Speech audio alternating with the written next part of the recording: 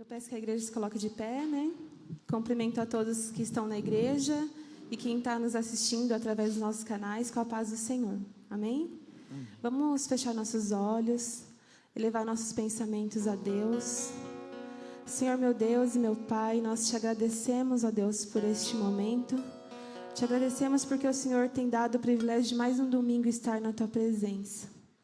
Senhor, é muito bom poder começar mais uma semana buscando a Tua palavra, louvando a Ti, Te adorando, Senhor, porque o Senhor é digno de ser louvado e adorado. Eu peço que o Senhor se faça presente em nosso meio, Deus. Que o Senhor habite no meio dos nossos louvores, habite no meio da Sua palavra aqui nesta manhã, Senhor. É o nosso desejo e a nossa oração, em nome de Jesus. Vamos nos alegrar, cantar ao Senhor, porque nós somos felizes, porque nós temos Deus em nossa vida, amém? Vivo feliz,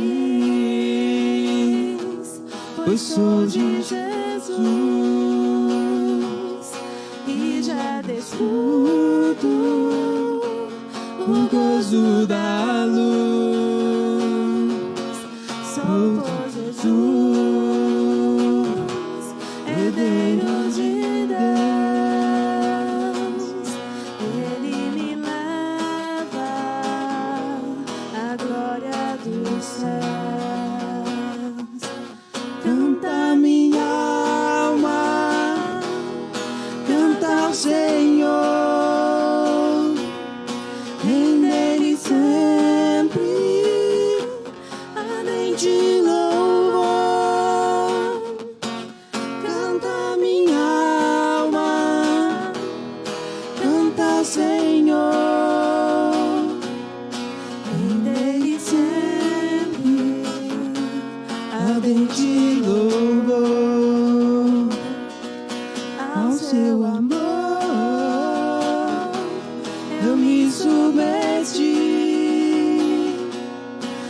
Extasiado,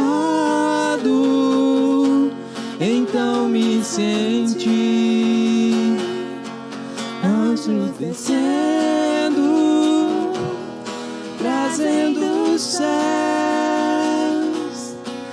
eco da excelsa graça de Deus. Canta minha alma, canta ao Senhor, render-lhe sempre ardente louvor. Canta minha alma, canta ao Senhor, render-lhe sempre ardente louvor.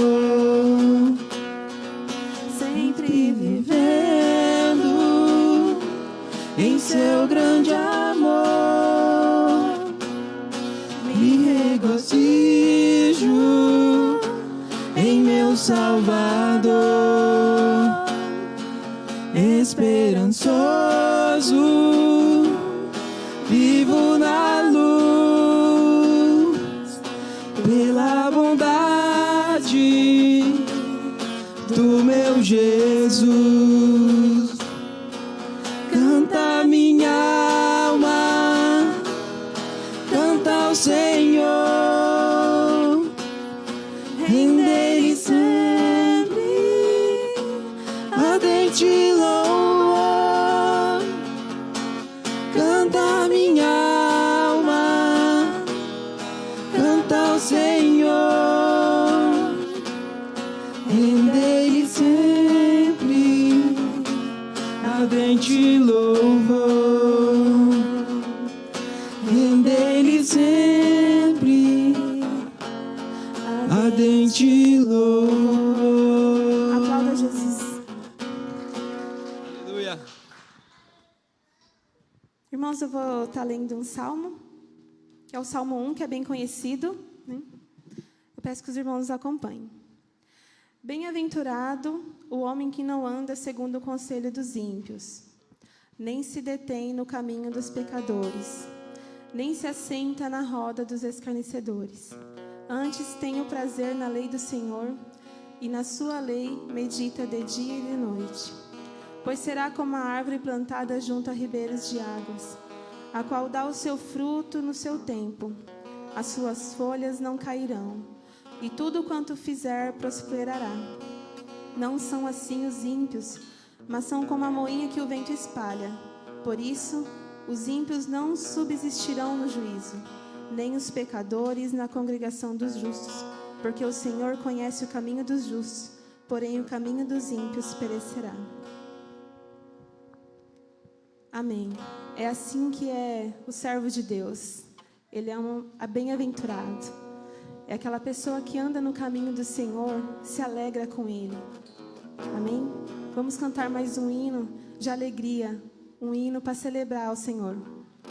Aleluia, glória, aleluia. Com palmas, irmãos. Aleluia, glória, aleluia. Aleluia, glória, aleluia. Aleluia, glória, aleluia. Celebrai com júbilo ao Senhor, todos os moradores da terra. Servi ao Senhor com alegria, apresentai-vos a Ele com cânticos.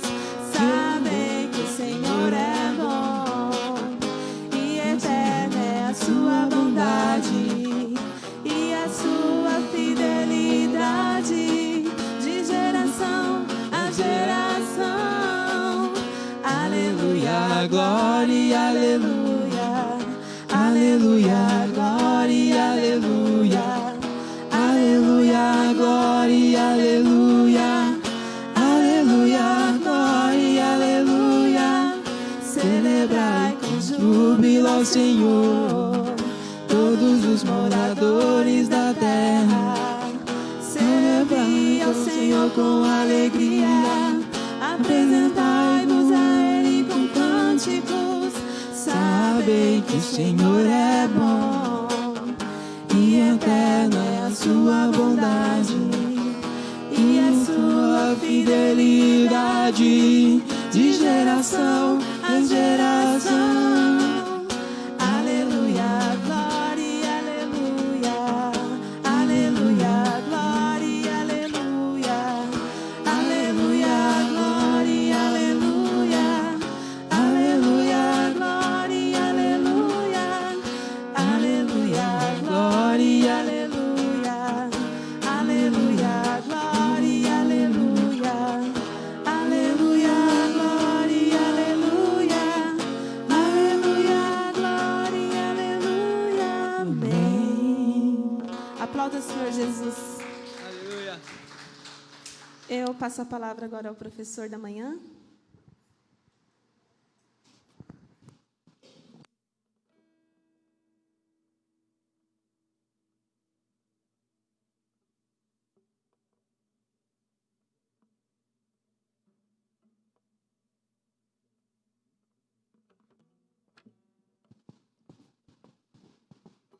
Bom dia, irmãos.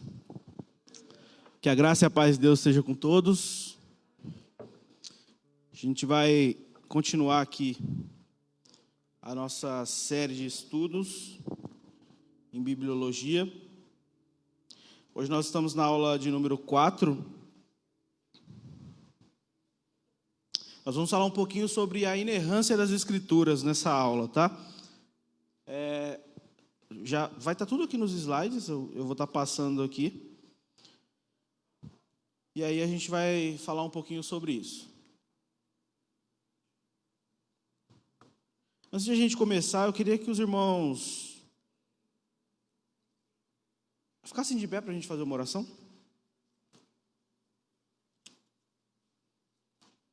Vou fazer uma oração ao Senhor. Senhor nosso Deus, nós agradecemos, ó Pai, por mais uma oportunidade de estarmos aqui na Tua casa, ó Deus. Nós somos gratos por poder estarmos aqui para compartilhar a Tua palavra, para compartilhar aquilo que o Senhor tem nos direcionado através das Escrituras, ó Pai. Nós agradecemos, ó Deus, pela oportunidade de mais um dia poder desfrutar de todos os benefícios do nosso corpo físico, ó Deus. Nós te agradecemos, ó Deus, por tudo que o Senhor tem nos concedido através da sua maravilhosa graça por nós, ó Pai. Pedimos que nesse momento o Senhor venha nos ajudar na compreensão, no entendimento daquilo que vai ser falado, que o Senhor possa nos dar clareza nisso e que nós possamos, ó Deus, sair daqui edificados, ó Pai, pelo poder da tua palavra. Essa é a nossa oração, em nome de Jesus. Amém. Irmãos, nós estamos falando durante esse semestre sobre bibliologia, né? A doutrina das Escrituras. Na primeira aula, ainda online, né? Nós fizemos uma introdução. Nessa introdução eu expus algumas conceituações do que é bibliologia, como funciona, para que serve. E aí, na segunda aula, já presencial, já trouxe algo mais específico, falando a respeito do cânon, da formação do cânon bíblico. Nós falamos sobre cânon e canonicidade. Na terceira aula, sobre inspiração, foi com a Celinha aqui no domingo passado, né? Como se deu a questão da inspiração do texto bíblico, como isso funcionou, como Deus realizou, como Deus inspirou esses homens. E hoje nós vamos falar então sobre a inerrância das Escrituras.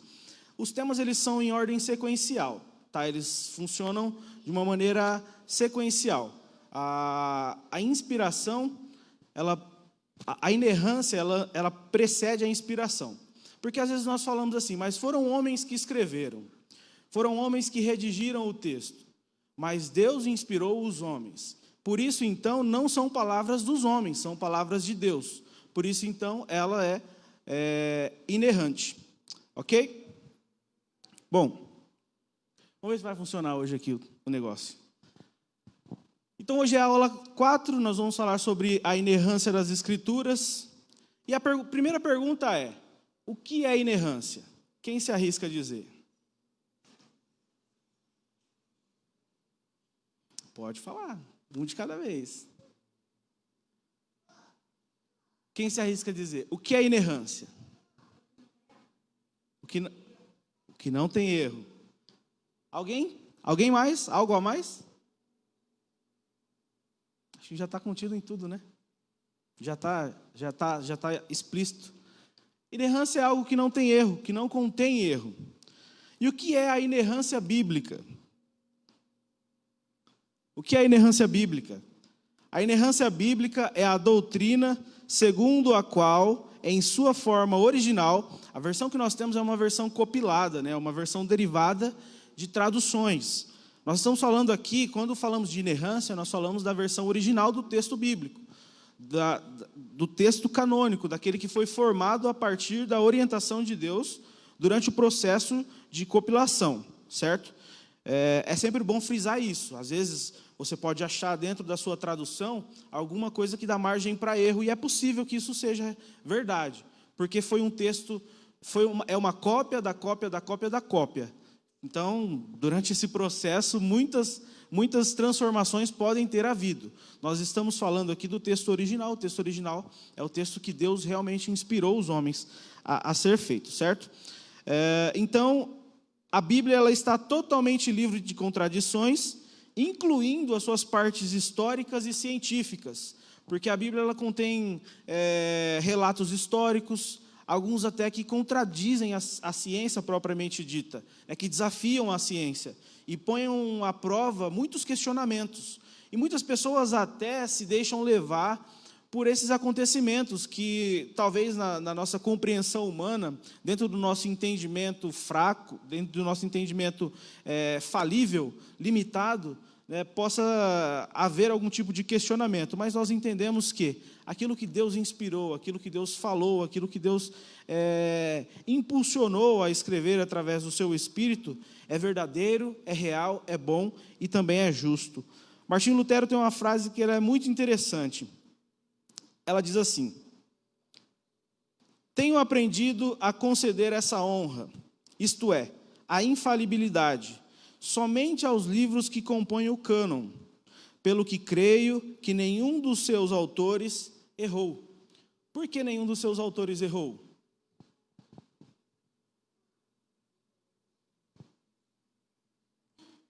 Por que nenhum dos seus autores errou?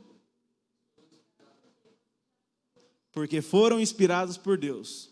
O autor maior, quem direcionou a história, não a direcionou com erros, ok? Então, está muito claro isso para vocês? Tá claro isso? Nós estamos falando aqui, com relação à inerrância bíblica, nós estamos falando do texto original. Aquele material primário, aquilo que foi fonte base para as traduções que nós temos hoje em nossas mãos. E é claro que a gente não pode levar também tudo ao pé da letra, tá?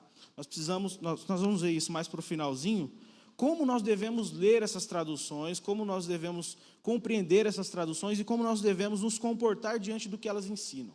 Tá? Nós vamos ver um pouquinho disso também mais para o final da aula. Bom, a título de introdução, a inerrância das Escrituras, nos originais, é dada pelo fato de que não se trata de um processo humano, e sim divino. O homem foi um instrumento de Deus para que fosse colocado no papel aquilo que ele queria direcionar. Uma certa vez eu vi uma charge que eu achei muito interessante, eu até rabisquei ela na minha Bíblia, lá logo na capa. Assim, era um homenzinho de papel, um homenzinho de palitinho, sabe, desses que a gente faz facilmente. E aí, dentro da barriga dele, assim, tinha um quadradinho, aí estava escrito Bíblia. Aí, depois, na próxima etapa, estava ele cuspindo a Bíblia, tipo, jogando para fora, vomitando a Bíblia. Aí, em cima, estava escrito assim, na primeiro bonequinho, estava assim, homem criado por Deus. Então, a Bíblia estava dentro dele. Aí, na segunda, que ele estava jogando para fora, foi o momento em que ele pecou. Aí, a terceira era ela entrando de novo nele. E aí estava lá na legenda que era o momento em que Jesus fez o seu sacrifício e nos reconectou a Deus. Né? Achei muito interessante aquela ilustração. Eu até fiz um rabisco na minha Bíblia para eu sempre lembrar disso. Né? Que a palavra de Deus ela tem que estar dentro do nosso coração. E ela tem que estar dentro da nossa alma, nos confortando a todo o tempo. Bom, porém nós temos grandes desafios. A proposta dessa lição, ou desse semestre, é trazer, de uma certa forma, esse assunto que é um tanto quanto abrangente na área da teologia, para a nossa realidade. E aí entender esse assunto dentro do nosso contexto, dentro do contexto em que a gente vive. Porque nós entendemos que a Bíblia, ela foi escrita não diretamente assim, estou escrevendo para você, lá no século 21, mas ela foi escrita para nós, mas não diretamente. Ela foi escrita dentro de um contexto, dentro de uma sociedade, dentro de um padrão ali estipulado, algumas coisas que Deus direciona durante os textos, nós podemos perceber isso muito claramente, né, que são menções a um povo específico, né, alguns assuntos e assim por diante. Porém, nós entendemos ela hoje, nós lemos ela hoje, dentro também de um contexto, dentro do contexto em que a gente vive. E a proposta dessa aula, ou desse semestre, dessa lição, é trazer uma contextualização de como nós podemos entender a questão da bibliologia hoje, no nosso tempo, na pós-modernidade. Nós estamos vivendo hoje o período pós-moderno. Esse período ele se iniciou após a queda do Muro de Berlim, com a queda da União Soviética, iniciou-se então uma nova era na história. É o período que a gente vive hoje, o período pós-moderno. Certo? Então, como é que a Bíblia hoje, como que é a relação da Bíblia hoje na pós-modernidade? Como ela é hoje encarada? Como ela é hoje entendida e como ela é hoje aceita? Dentro desse mar de pluralidade que nós vivemos, nós falamos isso no semestre passado da nossa EBD. Como que ela está hoje, dentro desse mar de pluralidades? Pluralidades. Pode falar rápido que enrola a língua. Bom, a primeira esfera é a esfera plural. A pluralidade, ela prega a multiplicidade. Ela prega as várias verdades, a abrangência de verdades, tudo aquilo que pode ser considerado verdade. Como que a Bíblia hoje se posiciona dentro desse meio plural? Como que os cristãos entendem a Bíblia hoje dentro de uma sociedade que também é considerada plural. São 3 áreas que eu vou citar durante esse tópico da Bíblia na pós-modernidade. É a pluralidade, o relativismo e o inclusivismo. Como que os cristãos eles estão posicionados no conhecimento da palavra de Deus dentro dessa área plural, dentro dessa área múltipla, de muitas verdades, de muitas razões, de muitas coisas que às vezes até embaraçam a nossa mente, o nosso entendimento. E aí nós temos, dentro desse mar de pluralidades, uma questão muito importante. Eu não coloquei o nome aqui, mas eu vou citar indiretamente também, e também não é nenhum problema. A Igreja Católica Apostólica Romana. As Escrituras, ela diz a seguinte forma, na sua teologia básica. As Escrituras são a revelação de Deus ao homem. Até aí, certo? Mas sua interpretação só será correta se estiver de acordo com os ensinos da Igreja Católica Apostólica Romana. Aí a gente já faz assim, ó. Única que detém autoridade. Eu até passei um sublinhado aqui, porque eu achei muito interessante. A única que detém autoridade para interpretar a Bíblia. Isso é o que a igreja propõe, o que a Igreja Católica Apostólica Romana propõe em sua teologia. Dentro dessa era, dentro desse período pós-moderno, nessa questão plural. Isso aqui levantou em Martinho Lutero uma revolta muito grande. E aí, as Escrituras diziam o seguinte a respeito disso. 1 Pedro 2, do 5 ao 9. Esse texto eu acho que ele não está na íntegra. Eu peguei algumas partes para conectar ele, para ele não ficar muito grande. Vós também, como pedras vivas, sois edificados casa espiritual e sacerdote santo, para oferecer sacrifícios espirituais e agradáveis a Deus, por Jesus Cristo. Por Jesus Cristo. Mas vós sois a geração eleita, o sacerdócio real, a nação santa, o povo adquirido, para que anuncieis as virtudes daqueles que vos chamou das trevas para a sua maravilhosa luz. Então nós entendemos aqui que a igreja não é detentora do poder de explicar as Escrituras. Todos nós podemos interpretar as Escrituras de acordo com aquilo que nós lemos através do Espírito Santo de Deus. Esse poder ele não está conferido diretamente a uma denominação, a um ministério, a uma pessoa ou a um grupo. Ele é aberto, ele foi aberto a partir do momento em que o véu do templo se rasgou, em que Jesus a nós concedeu a entrada, em que Jesus nos religou a Deus. Então isso não está restrito a uma religião, não está restrito a um grupo, não está restrito a uma pessoa. Isso está aberto. Eu, você, todos nós temos o acesso de interpretar o texto, de buscar em Deus aquilo que Ele está falando conosco através do seu Espírito, que nos dá o entendimento para a leitura. Você já deve ter conhecido pessoas que talvez não saibam ler, mas elas falam de textos de uma forma que talvez se ela soubesse ler, ela não falaria igual ou melhor do que a forma que ela está falando. Essa pessoa apenas ouviu esse texto? Essa pessoa apenas imaginou esse texto? Ou, de alguma maneira, ela foi ali levada, através do Espírito, a entender aquela mensagem, a compreender aquilo que estava sendo dito, aquilo que estava sendo falado, através das Escrituras, pelo direcionamento do Espírito Santo de Deus. Nós não podemos anular essa questão de que o Espírito Santo de Deus nos conduz ao entendimento daquilo que é verdadeiro, daquilo que é bom, daquilo que é reto e daquilo que é justo. Nós entendemos que isso funciona através de uma leitura disposta a isso. Através de uma leitura em que eu me coloco na minha posição de ser humano fraco, falho e pecador, reconhecendo que só vou entender, só vou compreender a mensagem de Deus através do seu Espírito, que direciona ela ao meu coração, da forma mais clara possível para o entendimento, para o arrependimento e para a transformação da minha vida.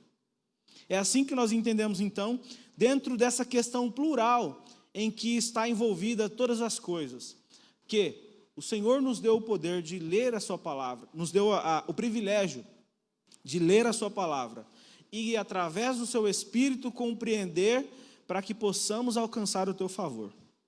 Ok? Então, dentro desse primeiro ponto, na pós-modernidade, nós vemos então a questão da pluralidade, que é essa questão múltipla, né, de muitas verdades, de talvez a restrição também de uma verdade por uma denominação, uma igreja, uma pessoa e assim por diante. Ok? Então esse é o primeiro ponto. O segundo ponto, ele parte do cristianismo moderno, que é o relativismo. E aí, nós temos dentro do relativismo algo que é muito interessante. No relativismo, nós não temos uma verdade absoluta. Tudo é relativo. Conhece alguém que, às vezes, quando... Você conhece alguém, vou falar um exemplo mais geral, que é considerado aquele cara isentão. O cara nunca concorda nem discorda de nada. Ele está sempre em cima do muro ali, ó. Bom, é relativo, né? Isso aqui, não sei se tem uma verdade. Não... Bom, é relativo. Todo mundo conhece alguém assim, eu acredito. Meio político, isso é muito comum. É relativo, mas tem as suas pretensões. E aí nós temos um cara que é muito interessante. Eu estudei ele no seminário. Até deram uma certa ênfase na questão da teologia dele pela influência que ele teve, que é Karl Barth. Ele é um teólogo suíço que diz a seguinte frase: a Bíblia contém, já começa aí, ó. A Bíblia contém a revelação de Deus dada aos homens do passado. Porém, só é revelação para cada indivíduo de hoje de modo subjetivo e relativo, na medida que servir para conduzi-lo ao encontro existencial com Deus. Nessa frase de Karl Barth, eu pontuo várias questões que a gente pode trazer para nós dentro dessa esfera relativista. A primeira dessas, lembrando, Karl Barth era um teólogo reformado, né, suíço, portanto, muito referenciado no seu tempo, no século XX, mais ou menos. Ele era um cara muito abrangente na sua teologia, influenciou muitos seminários, era até tido como alguém liberal, porque a sua formação teológica é uma formação teológica liberal, mas depois de um certo tempo ele rompeu com essa formação teológica liberal, fundou uma igreja e foi pastor dela por algum tempo. Levando em consideração aquilo que ele acreditava, assim, de acordo com a sua teologia. Dentro dessa frase de Karl Barth, traz alguns questionamentos a respeito do relativismo. Por exemplo, entendendo então que ele é um teólogo reformado do século XX. A Bíblia contém a revelação de Deus. A Bíblia contém ou é a revelação de Deus?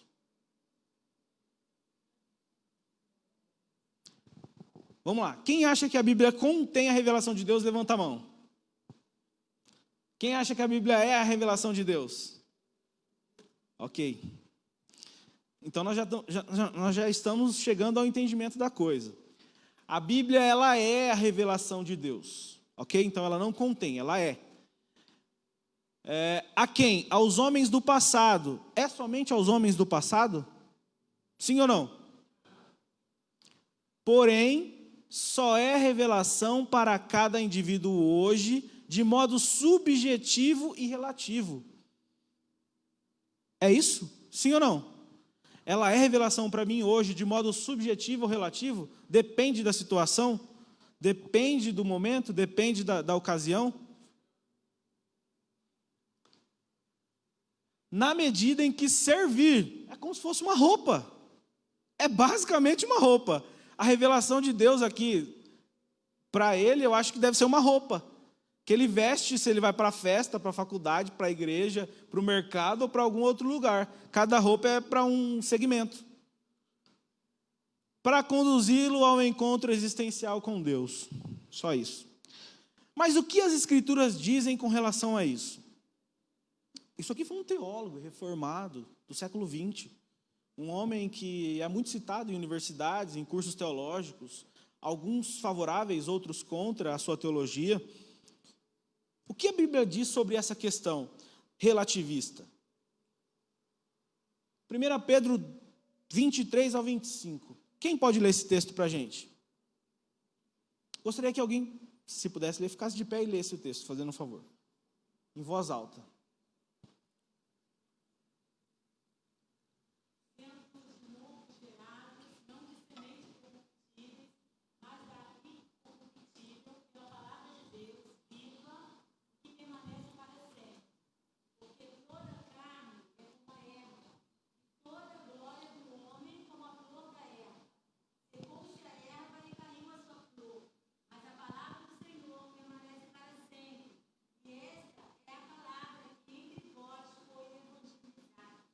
Ok. Nós entendemos, então, através do texto bíblico, que não há relativização na palavra do Senhor. Ela é atemporal. Ela não está condicionada apenas ao seu tempo de escrita. Ela é abrangente. Ela não foi escrita apenas para homens do passado, como ele diz. Ela é muito mais. Permanece para sempre. Ela está além de toda circunstância, além de toda expectativa, ela está além de tudo que é subjetivo, ela está além de tudo que é relativo. Ela não é como uma roupa que serve para mim quando eu quero. Ela está para todo tempo, para toda situação, para todo momento, para toda circunstância. Ela está. Ela não é algo que eu posso escolher, abrir lá. Hoje eu estou, hoje eu estou meio assim, eu vou ler um salmo para dar uma relaxada. Esse salmo aqui está falando muita coisa, eu vou ler um Provérbios, talvez um Provérbios pode sair lá. Tipo aquele biscoitinho da sorte que você pega, ou aquela caixinha, normalmente tinha bastante, o pessoal usava em chaveirinho, você tirava ali uma palavrinha, vou ver que... Caixinha da promessa, isso. Vou tirar aqui para ver o que Deus fala comigo hoje. Só coisa boa, só maravilha, né? Eu quero ver uma caixinha da promessa cheia de cajadada. Quero ver quem vai pegar uma por dia. Não pega. O que nós estamos falando aqui é que não é uma questão pessoal, agradável a mim. A palavra de Deus ela é muito mais do que isso. Ela me fere em amor. Ela me constrange. Ela me desmonta por inteiro.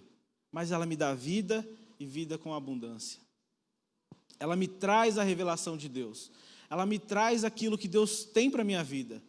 Talvez é o que eu não quero para mim, mas é o que Ele quer.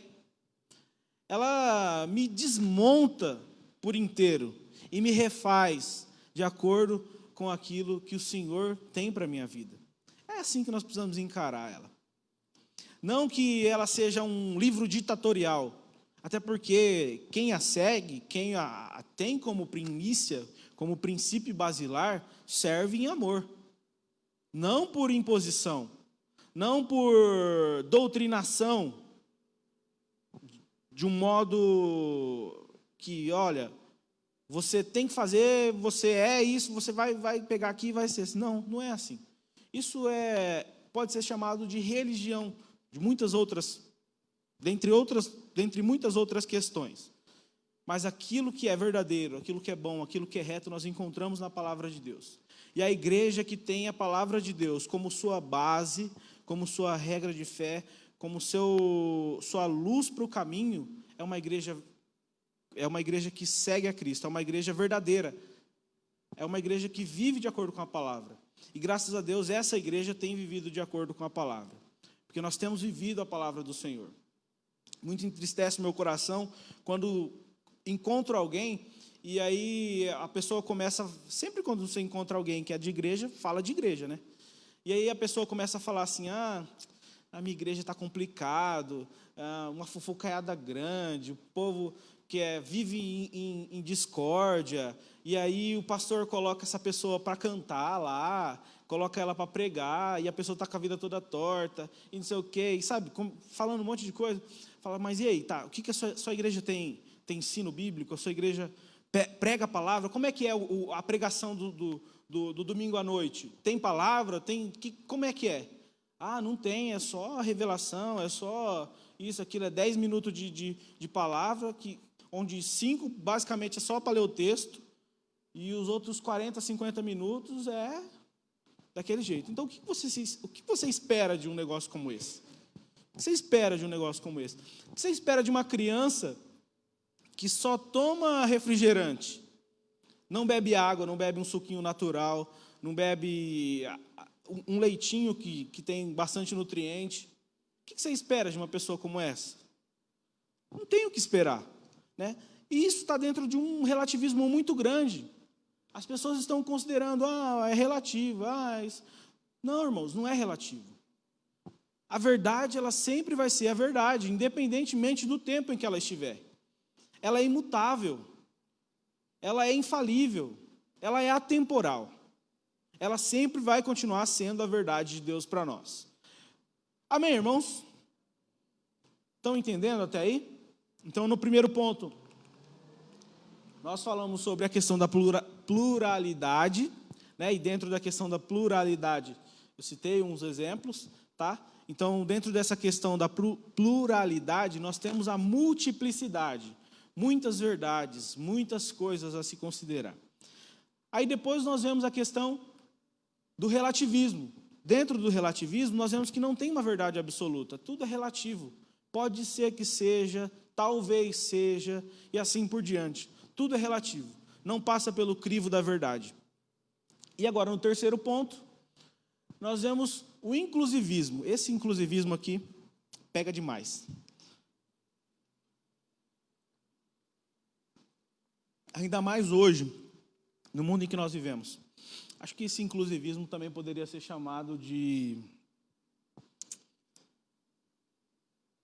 aquilo que reúne muitas igrejas, assim, o pessoal gosta de reunir várias igrejas, fazer um ecumenismo, isso.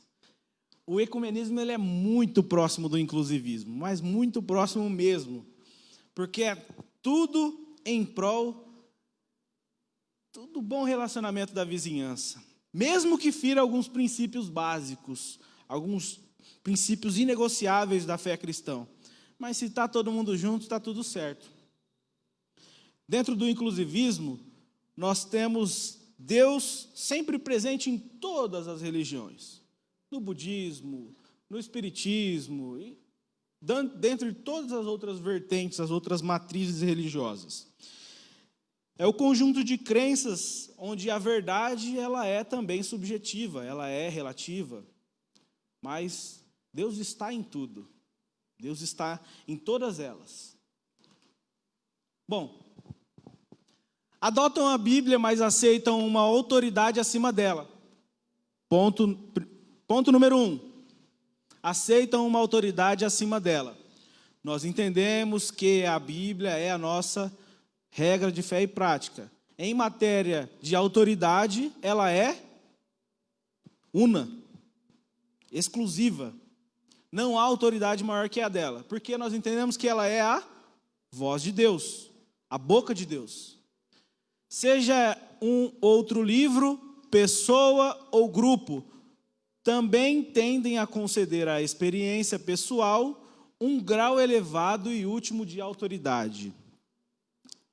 Isso aqui é muito comum no espiritismo, no budismo também, e em várias outras vertentes religiosas, onde consideram a experiência daquele que é o precursor da religião mais do que o próprio livro sagrado inspirado por Deus. Um exemplo, o próprio Allan Kardec. Eles divinizam Allan Kardec como se ele fosse acima de tudo e de todos, ali o grau máximo da adoração, e assim muitas outras religiões também. O budismo, o Buda, o islamismo, o hinduísmo e assim por diante, muitas outras. Eles caracterizam a divindade como superior a todas as coisas e a colocam em um nível um pouco mais elevado do que as Sagradas Escrituras. Eles adotam a Bíblia, mas aceitam uma autoridade acima dela. E aí essa autoridade acima dela pode ser uma experiência pessoal, pode ser um homem, pode ser até um livro que eles tenham, que eles sigam de acordo com a doutrina dessa religião. Ok? Então, esse inclusivismo, ele é muito perigoso. E é perigoso até para a questão da igreja. Nós vamos incluir no culto alguma coisa para ser mais atrativo para as pessoas. Nós vamos incluir aqui na celebração um momento diferente, um pouco fora do tradicional, do comum, do básico, para ver se vem mais gente para cá. Como se a palavra em si, propriamente dita, pregada, não fosse atrativo o suficiente para a ação do Espírito Santo na vida do homem, para o convencimento do Espírito na vida daquele que o ouve.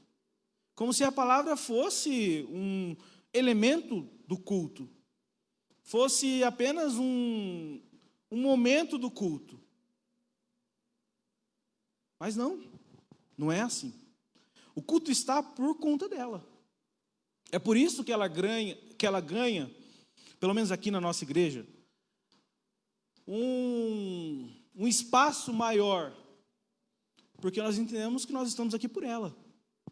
Nós entendemos que nós pregamos por ela, nós pregamos ela. Quem convence é o Espírito Santo de Deus. Quem entroniza, quem efetua, quem realiza a obra é o Espírito Santo de Deus. Mas nós entendemos que é tudo pela palavra do Senhor. Ela é soberana sobre os nossos livros de teologia, sobre os nossos tratados teológicos, sobre os nossos concílios teológicos, sobre tudo que diz respeito à questão teológica da coisa. Ela é sobre tudo. O que a palavra de Deus diz, então, sobre essa questão do inclusivismo? Ela diz o seguinte, quem pode ler? Felipe, lê para a gente aí, fica de pé, em voz alta, forte. Enxerga não? Vocês são as minhas testemunhas, diz o Senhor. Vocês são o meu servo a quem escolhi, para que vocês saibam, creiam em mim e entendam que eu sou e que antes de mim Deus nenhum se formou. Depois de mim nenhum haverá. Eu sou o Senhor. Fora de mim não há Salvador. Eu anunciei salvação, eu a realizei e a fiz ouvir. Deus estranho não houve entre vocês, pois vocês são minhas testemunhas. Diz o Senhor, eu sou Deus, ainda antes que houvesse dia. Eu sou, e não há quem possa livrar alguém das minhas mãos. Agindo eu, quem me impedirá? Olha só que fantástico esse texto de Isaías. Fantástico, fantástico. Só isso aqui já basta para a gente. Deus está dizendo o seguinte: eu sou o que sou. Ponto. O que ele disse para Moisés. Eu sou o que sou. Aqui para Isaías ele vai especificar um pouco mais o que ele é. Vocês são as minhas testemunhas, diz o Senhor. Vocês são o meu servo a quem escolhi, para que vocês saibam, creiam em mim e entendam o que eu sou. E que antes de mim Deus nenhum se formou. Antes dele havia uma história, né? Antes desse período da revelação de Deus, teve uma história, nós sabemos isso, né? A Bíblia referencia em algumas ocasiões a história passada dos homens. E depois de mim, nenhum haverá. Então aqui ele já elimina todo tipo de possibilidade que possa agir, todo tipo de possibilidade que possa aparecer. Antes de mim não teve ninguém, depois de mim não vai ter também. Basicamente isso. Eu sou o Senhor, e fora de mim não há Salvador. Ok, antes de mim não teve ninguém, depois de mim não vai ter. Eu sou o Senhor, Deus está dizendo, tá? Não é eu não. e fora de mim não há Salvador. Pronto. Já eliminou todo restício de possibilidade possível para a criação de qualquer uma outra doutrina que fale que além de Deus, a salvação. Eu anunciei a salvação, eu a realizei e a fiz ouvir. Deus estranho não houve entre vocês, pois vocês são as minhas testemunhas, diz o Senhor. Eu sou Deus, ainda antes que houvesse dia, eu sou, e não há quem possa livrar alguém das minhas mãos. Agindo eu, quem o impedirá? Pronto. Está falado, está explicado, está aqui. É o texto.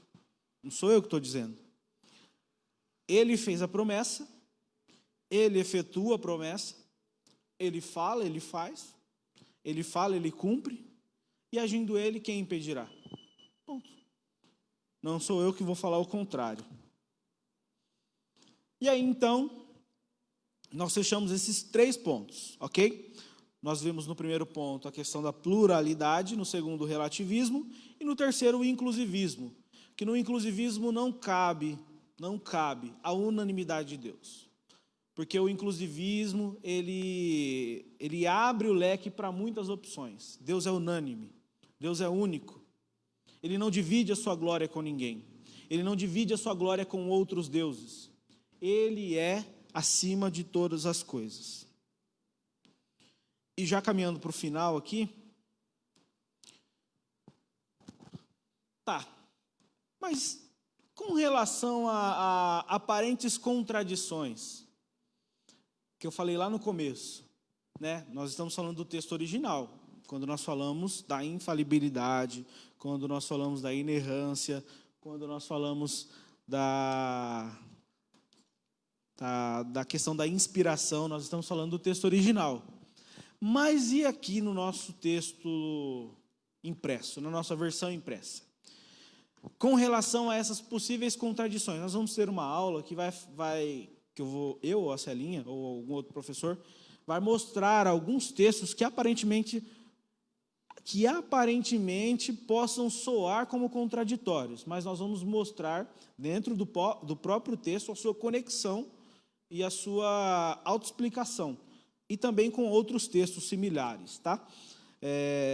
Então, como nós devemos nos posicionar? Nós devemos contar, primeiramente, com bom senso, entendendo que esse texto que nós temos em nossas mãos é uma tradução, uma cópia da cópia da cópia da cópia, certo? Em segundo lugar, com a lógica. Espera aí, isso aqui não faz sentido. Se eu sei que a palavra de Deus ela é inerrante, e se isso não faz sentido, eu preciso abrir um pouco o meu leque. Talvez, então, eu vou para a internet e vou pesquisar um texto na versão original. A gente tem alguns sites que são, para esse tipo de pesquisa, que são muito acessíveis para todo mundo. Você tem até um paralelo do texto original com uma tradução ali, meio que grosseira, para a versão portuguesa já na íntegra. Às vezes fica até um pouco desconexo ali o conteúdo, porque a forma de escrita do hebraico ou do grego, e alguns textos no hebraico, um hebraico um tanto quanto arcaico, né, um negócio mais rústico, nós precisamos levar em consideração isso, que às vezes, eu vou dar uma pesquisada aqui, tem um site, acho que chama Biblios, uma coisa assim, você digita lá o texto, ele vai aparecer o texto em hebraico lá. Você vai ver aquele monte de pauzinho, tracinho, casinha, vai formar uns desenhos lá.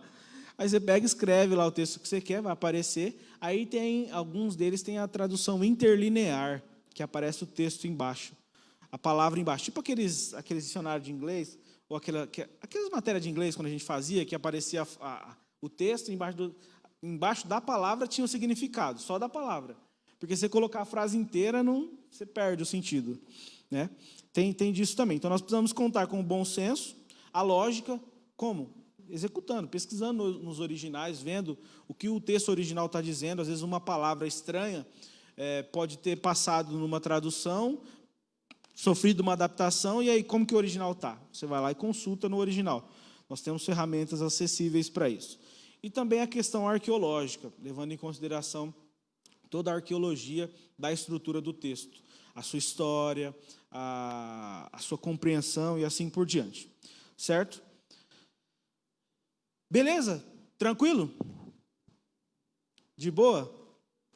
Então, quando alguém chegar para você aí e falar que a Bíblia tem um erro lá, está falando assim, assim, assado, então ela erra, o que você vai responder? Guarda para você a resposta, então. Fica pensando aí, pensa nisso. Nós não estamos isentos disso. Na aula passada, ou foi na aula retrasada, teve uma irmã que falou, me perguntaram isso uma vez, hein? E eu não soube responder. Aí, tá vendo? Nós estamos aprendendo isso, para saber responder. A Bíblia não tem erros. O que pode ter erro é a sua tradução. O texto original, não. A Bíblia é inerrante, ela é a palavra de Deus. Deus não erra, Deus não falha. Ok? E para finalizar, um versículo. Eu asseguro, quem está falando é Deus. Quem ouve a minha palavra e crê naquele que me enviou, é Jesus, e crê naquele que me enviou, tem a vida eterna e não será condenado, mas já passou da morte para a vida. É esse o resultado de nós ouvirmos a palavra, de nós crermos a palavra. Nós teremos a vida eterna. Amém? Vamos orar mais uma vez? Enquanto isso, o Rodrigo e a Maísa chegam aqui para encerrar. Vamos orar ao Senhor, agradecendo. Senhor, nós te agradecemos, ó Deus, por mais esse momento de estudo, de ensino da sua palavra. Nós somos gratos ao Senhor por termos a Bíblia, Senhor, em nossas mãos, por termos esse livro acessível a nós, ó Pai, por termos a sua boca falando a nós, a todo tempo que nós quisermos, ó Deus. É somente consultar aquilo que está escrito. Nós somos gratos ao Senhor, ó Pai, porque o Senhor tem nos proporcionado coisas grandiosas através da sua palavra. Nós sabemos, ó Deus, que essas coisas não cessarão, ó Pai, desde que nós estejamos sempre, ó Pai, repousados no Senhor, ó Deus, cultivando, Pai, a leitura, a oração, cultivando o relacionamento com o Senhor, ó Pai, não nos esquecendo, ó Deus, das suas primícias, daquilo que é bom, daquilo que é verdadeiro, daquilo que é justo, daquilo que é reto. Que o Senhor possa continuar orientando as nossas vidas, bem como os nossos pensamentos, e assim, ó Deus, nos tornando cada dia mais, ó Pai, semelhante a Ti, ó Deus. Que o nosso coração possa sempre estar cheio do Teu amor, da Tua graça, e que nós possamos, ó Deus, sempre responder às pessoas com clareza, com relação àquilo que nós acreditamos, com relação àquilo que nós temos como regra de vida, ó Deus. Obrigado por todas essas coisas, ó Deus, esse é o nosso desejo nessa manhã. Nos lembrando sempre daqueles que estão conosco na caminhada, dos nossos irmãos enfermos, dos nossos irmãos idosos que não estão podendo vir, muitos deles, alguns com enfermidade agravada, que o Senhor possa cuidar, Senhor, de cada um deles, de cada uma família, ó Deus, que o Senhor possa continuar sustentando, para a glória do Seu nome sempre, em nome de Jesus, nós te agradecemos, amém e amém. Os irmãos coloquem de pé mais uma vez, e vamos fechar nossos olhos, fazer essa oração conosco, porque essa canção é uma oração.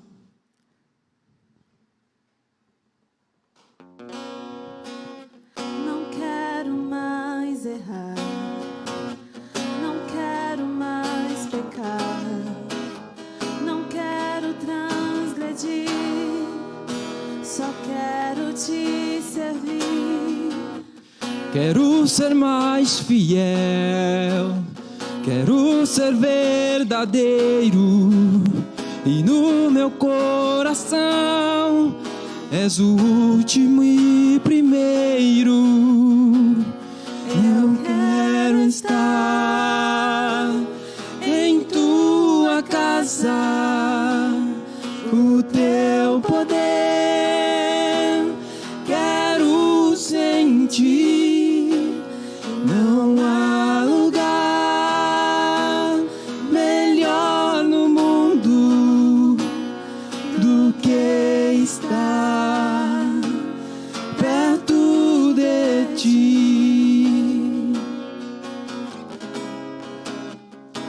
Aleluia.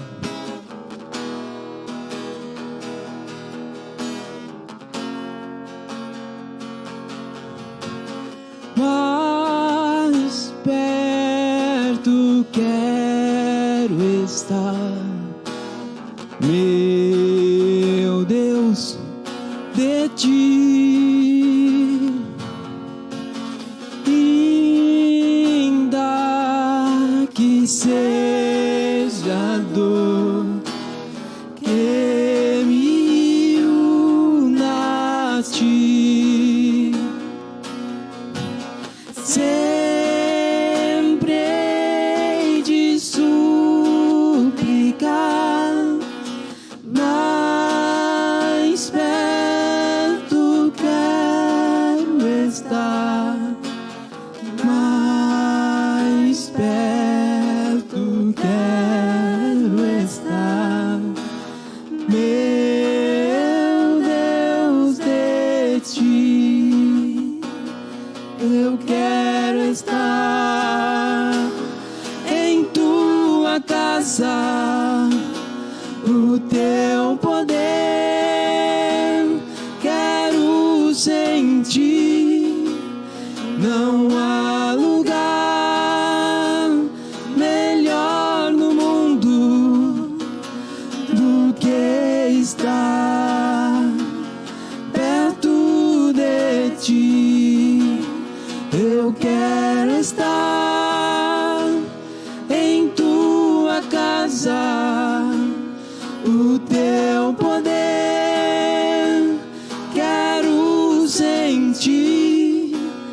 Não há lugar melhor no mundo do que estar perto de ti, do que estar perto de ti. Amém. Não perca logo mais à noite nosso culto, né? Às 7h30 da noite. Venha e seja abençoado por Deus. Bom domingo a todos e bom almoço.